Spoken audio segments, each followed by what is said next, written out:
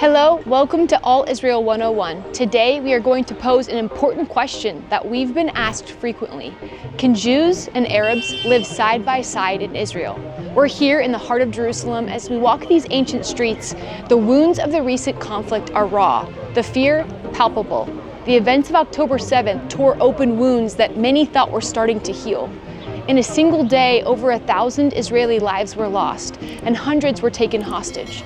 The brutal attack by Hamas militants left a nation reeling and its sense of security shattered. I found out that there are really two main aspects in the Arab Israelis or Israeli Arabs. They're the ones that support Israel undoubtedly, and I have a contractor that donated a very large amount of money to the IDF in the war, and he sees him as an Israeli Arab, and he can't think about what Hamas and the terrorists did to the Jews. So that's one perspective. And the other perspective is I drove a taxi when I was in uniform to reserve duty, and it was an Arab from one of the neighbors in Jerusalem. And I told him, look at this like coexistence. I'm a soldier being called to reserve duty, and you're an Arab from Jerusalem driving me to the army. And he told me, don't be mistaken. I'm only doing this in the meantime until I'm going to get an order to slaughter you and your family. Once I get the order, I'm a Palestinian Arab that lives in Israel in the meantime until we're able to kick you on and murder you all off. So I saw there's a very, very clear line between the Israeli Arabs that accept Israel as their homeland and being Arabs living in Israel, to Arabs that consider themselves Palestinians, which they're kind of saying, we're waiting to kick you away and to take over the land that we believe it's ours. For Arab citizens here in Israel, an estimated 21% of the population, the aftermath has been a precarious balancing act. Many report feeling viewed with suspicion, as if they were complicit or a part of the actions of Hamas. Many Jewish Israelis are traumatized by October 7th at the attack, and they find themselves grappling with these complex emotions. Some view their Arab neighbors through a lens of fear and distrust.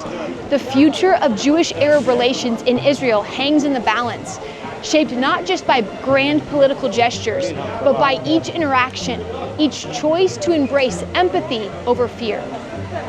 I think we must live together, and we working together, and we shopping together. Everybody have problem. Nobody didn't have problem for all the world, but I think it is, and we must to answer for Palestinian and Israelis, and to talk, and the word is not the answer. Yes, but we are very sorry to see Israelis in Gaza and Hamas. We pray to come back home and for free for Palestinians. We wanted you to hear from local Israelis, both Jew and Arab, but the reality is the complexities and nuance of this time make it difficult for them to want to speak out.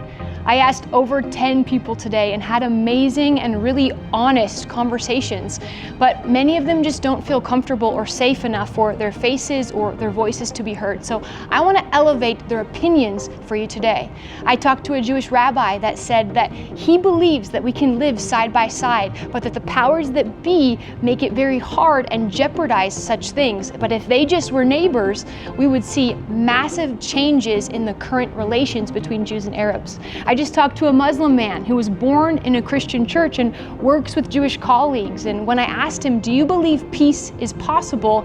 And he said, it should be. Now, there are differing opinions. We also talked to some Arab men who don't believe in the Zionist state of Israel, that don't stand for Hamas but aren't necessarily against Hamas. And then I met these Arab women that, although they were a little nervous about their English, they believe in peace and coexistence. When you pray for the peace of this holy city, remember the diverse tapestry of lives woven into its fabric. Jews, Arabs, and all who call this land their home. The story of Jerusalem is one of complexity and hope, challenges and resilience. It's a story that continues to unfold, shaped by every person who walks on these streets. I believe that there can be peace with the people that accept it, but I'm very sorry to say that what I see is that it's not even close to there. The school books and what they teach in the streets and the graffiti that they have on their houses is so anti-Israel and anti-Judaism.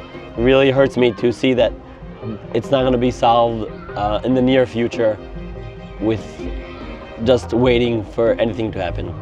I'm Kayla Sprague, and I want to thank you for joining us for this All Israel 101. Subscribe to our channel for more in-depth looks at the multifaceted realities of Israel. And the wealth of articles and insights and updates that you're looking for are found at allisrael.com. Thanks for watching.